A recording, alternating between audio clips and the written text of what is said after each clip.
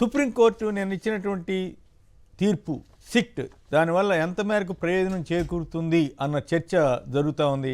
నిజానికి గౌరవ న్యాయమూర్తులు మొదటి రోజు విచారణ సందర్భంగా ఆవేశపూరితంగానండి లేదా చాలా సీరియస్గా చేసిన వ్యాఖ్యలకి నిన్న వేసిన సిట్కి ఆ పొంతన కుదురుతుందా లేదా, మరి ఆ స్థాయిలో ఈ సిట్టు ఉందా? తుషార్ మెహతా గారు అంటే కేంద్ర ప్రభుత్వానికి సంబంధించినటువంటి సొలిసిటర్ జనరల్ ఆంధ్రప్రదేశ్లో ఆ సిట్ సభ్యులకి సర్టిఫికేట్ ఇచ్చేసిన తర్వాత మళ్ళీ ఆ సిట్లోని ఇద్దరిని తీసుకొచ్చి కూర్చోబెడితే ఏం ప్రయోజనం ఉంటుందన్నది మాబోటి వాళ్ళకి వస్తున్న ప్రశ్న. దీని మీద అతిథులను కూడా అడుగుదాం, వాళ్ళ ఉద్దేశాలు ఏంటి, దీనివల్ల ఏమైనా ఉపయోగం ఉంటుందా? అటు సిబిఐ ఇటు రాష్ట్రం అంటే కేంద్రంలోనూ టీడీపీ బీజేపీ ఉన్నాయి, ఇక్కడ టీడీపీ బీజేపీ ఉన్నాయి. మరి ఒక రిటైర్డ్ న్యాయమూర్తినో లేక సిట్టింగ్ న్యాయమూర్తి ఎవరితోటైనా చేయించి ఉంటే ఇంకా బాగుండేదేమో అన్నటువంటి అభిప్రాయం అయితే కలుగుతూ ఉంది. మరి దీని మీద వాళ్ళు తెలుగుదేశం మీడియా అయితే సిట్టు ఇంకేముంది స్వతంత్ర సిట్టుని కూడా రాస్తున్నారు. మరి దీంట్లో స్వతంత్ర సిట్ ఏముందో, కాకపోతే చంద్రబాబు వేసిన సిట్టుని పక్కన పెట్టి మరో కొత్త సిట్టు వేశారు కానీ బట్ అందులో మళ్ళీ రాష్ట్ర ప్రభుత్వ ప్రతినిధుల్ని వీళ్ళందరినీ వేయటం ఆశ్చర్యం. అసలు ఎలాంటి విచారణకైనా మీరు న్యాయమూర్తితోటి అయినా సరే ఇంకెవరితోటైనా సరే విచారణ చేయించుకోండి అని రాష్ట్ర ప్రభుత్వం తరఫున ఆ న్యాయవాది, చంద్రబాబు గారి తరఫున న్యాయవాది, పవన్ కళ్యాణ్ గారి తరఫున పనిచేసిన ప్రభుత్వ న్యాయవాది ఎందుకు చెప్పలేకపోయారు? టీటీడీ తరఫున న్యాయవాది ఎందుకు చెప్పలేకపోయారు? అది ప్రధానమైన సమస్య. అయితే తెలుగుదేశం మీడియా తెలివిగా వేరు ఏదో ధర మార్చారు, ధర తక్కువ ఉంది, అది ఉంది, ఇది ఉంది. ఆ జంతు కొవ్వు కలిసిందా లేదా, కలవలేదని టీటీడీ లాయరే స్వయంగా చెప్పారు. చెప్పిన తర్వాత నిజానికి అసలు ఈ విచారణ అవసరమా, ఈ విచారణ దేన్ని సాధించాలి, ఫస్ట్ చంద్రబాబు గారిని విచారిస్తారా లేదా? సో వీటన్నిటి మీద మనం చర్చిద్దాం.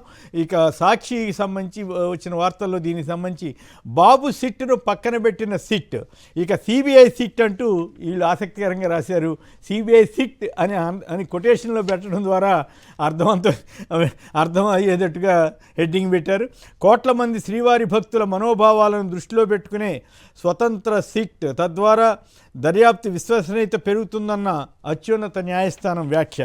నిజంగా ఈ విశ్వసనీయత పెరుగుతుందా లేదా అనేది కాలక్రమేణా మనం చెప్పాల్సింది తప్ప నాబోటి వాళ్ళం అయితే ఇప్పటికిప్పుడు సర్టిఫికేట్ ఇవ్వజాలం. తప్పు చేసిన బాబు క్షమాపణ చెప్పాలి, మాజీ సీఎం వైఎస్ జగన్ డిమాండ్. దేవుణ్ణి రాజకీయాల్లోకి లాగొద్దని, పొలిటికల్ డ్రామా చేయవద్దని సుప్రీంకోర్టు అక్షంతలు వేసిందని ఆయన జగన్ గారు చాలా స్పష్టంగా వ్యాఖ్యానించారు. శ్రీవారి లడ్డూని రాజకీయం చేయవద్దని చెప్పిందని, బాబు వేసిన సిట్టును రద్దు చేసింది. సిబిఐ డైరెక్టర్ పర్యవేక్షణలో స్వతంత్ర దర్యాప్తు బృందం ఏర్పాటు, బాబుకు దేవుడంటే భయం భక్తి రెండూ లేవు అంటూ జగన్ గారు వ్యాఖ్యానించారు. అబద్ధాలకు రెక్కలు కట్టి గోబెల్స్ ప్రచారం చేస్తావా, సీఎం చంద్రబాబు నిలదీసిన వైఎస్ జగన్. 100 రోజుల పాలన హామీల అమల్లో వైఫల్యం, వాటిని ప్రజల దృష్టి నుంచి మళ్లించడానికే శ్రీవారితో ఆడుకుంటావా అంటూ ఆయన మాట్లాడారు. అలాగే తప్పును గుడ్డిగా సమర్థించడం సనాతన ధర్మం అని పవన్ కళ్యాణ్ ప్రశ్నించారు. ఇంకోవైపున సిగ్గు లేకుండా కోర్టు తీర్పును వక్రీకరిస్తూ కూడా తెలుగుదేశం మీడియా తెలుగుదేశం ఏమంటారు హ్యాండిల్ చేసినటువంటి ఆ ట్విట్టర్ హ్యాండిల్లో చేసినటువంటి వ్యాఖ్యల మీద కూడా జగన్ గారు మండిపడ్డారు. ఎక్స్ వేదికగా టీడీపీ దారుణమైన అసత్య ప్రచారాలు చేస్తోందని, కోర్టు చంద్రబాబును తప్పుపడితే మాపై దుష్ప్రచారం చేస్తోందని, చంద్రబాబు వంటి నాయకుడు ఉండడం మన కర్మని జగన్ గారు వ్యాఖ్యానించారు. ఇక వైవి సుబ్బారెడ్డి గారు టీటీడీ మాజీ చైర్మన్, ఇది కోట్లాది మంది భక్తుల విజయం అన్నారు. అయితే ఆయన తొందరపడ్డారేమో, మొత్తం దర్యాప్తు అంతా పూర్తయిన తర్వాత చెబితే అప్పుడు బాగుంటుంది, నిజం గెలుస్తుంది, అసత్యం ఓడుతుందని టీటీడీ మాజీ చైర్మన్ బోమన కరుణాకర్ రెడ్డి గారు అన్నారు. కల్తీ నెయ్యి దర్యాప్తుకు 5గురితో సిట్ ప్రత్యేక బృందాన్ని ఏర్పాటు చేయండి అంటూ సుప్రీంకోర్టు ఇచ్చిన నిర్ణయాన్ని ఈనాడు పత్రిక రాసింది. తీర్పుపై జగన్ వక్రభాష్యాలు చెబుతున్నారంటూ టీడీపీ మంత్రి పయ్యావుల కేశవ్ తదితరులు ప్రచారం మొదలుపెట్టారు. ఇక స్వతంత్ర సిట్ అంటూ సుప్రీంకోర్టు చేసిన దాన్ని జ్యోతి వాళ్ళు వేస్తూ ఇంకొక దారుణమైనటువంటి వార్త రాశారు. అడ్డంగా దొరికిపోయిన కల్తీ కేటుగాళ్ళు ఆంధ్రజ్యోతి వాళ్ళు. నిజానికి కేటుగాళ్ళు ఎవరు? ఆంధ్రజ్యోతి, ఈనాడు వాళ్ళు. జంతు కొవ్వు కలిసిందని చంద్రబాబు గారు మొదట చెప్పారా లేదా? ఆ కొవ్వు కలిసిన నేతిని లడ్డూల్లో వాడారని చెప్పారా లేదా? ఆ తర్వాత చంద్రబాబు ఎక్కడో చోట కలిసిందని చెప్పారా లేదా? మాట మార్చింది ఎవరు? ఇప్పుడు మాట మార్చి చెత్త చెదారం అంతా రాస్తున్నది ఎవరు? కనుక ఆంధ్రజ్యోతి, ఈనాడు వాళ్ళే కేటుగాళ్ళు ఆ విషయాన్ని తప్పించి ఏదో ధర తేడా వచ్చింది, ధర తేడా వస్తే మరి శ్యామలరావు గారు ఏం చేస్తున్నాడు అక్కడ? ఆయన చర్య తీసుకోమనండి, వద్దని తిరస్కరించమనండి. తిరస్కరించామని ఆయన చెప్తే మళ్ళీ ఆయనతోటి ఇంకోటి చెప్పించారు. ఇప్పుడు ఆయన పరుగు తీశారు, ఇప్పుడు ఆయన మీద చర్య ఎందుకు తీసుకోలేదు? కాబట్టి కేటుగాళ్ళు అని అడ్డంగా దొరికిపోయిన కల్తీ కేటుగాళ్ళు అంటూ ఎవరెవరి మీదో రాస్తున్న తీరు పద్ధతిగా లేదు.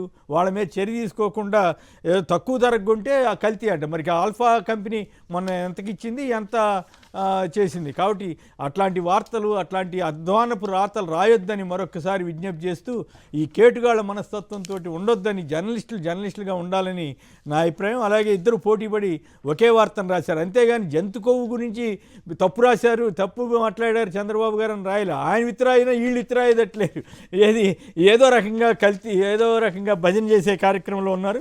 ఇక అక్కినేని నాగార్జున గారు అయితే సింహంలా పోరాడతా, నా కుటుంబాన్ని రక్షించుకోవడం నా కర్తవ్యమని అన్నారు. మద్దతు ఇచ్చిన సినీ పరిశ్రమకు ఆయన ధన్యవాదాలు తెలిపారు. ఇక కాంగ్రెస్లో మూసీ చిచ్చు, రేవంత్ వర్సెస్ కేవీపీ రామచంద్రరావు మధ్య ఆయన నా ఫామ్ హౌస్ కొలుసుకోండి, దాంట్లో తేడా ఉంటే ఏమైనా చేసుకోండి అని కేవీపీ రామచంద్రరావు అన్న వార్తను కూడా కొన్ని పత్రికలు ప్రముఖంగా ఇచ్చాయి. ఇక కొండా సురేఖ రాజీనామా చేస్తారా ఈ అక్కినేని కుటుంబంపై చేసిన వ్యాఖ్యల నేపథ్యంలో? నేడు లేదా రేపు లేఖ అంటూ గతంలో రోసయ్య గారి ప్రభుత్వం మీద కూడా ఆవిడ కొన్ని అనిశ్చిత సంబంధం లేని వ్యాఖ్యలు చేసి మంత్రి పదవి పోగొట్టుకున్నారు. మరి ఇప్పుడు అంతకంటే ఘోరమైన వ్యాఖ్యలు చేసి అక్కినేని కుటుంబం మీద మరి ఇప్పుడు పదవి పోగొట్టుకుంటారో లేదో లేదని ఆంధ్రప్రభ అయితే ఈ వార్తనిచ్చింది.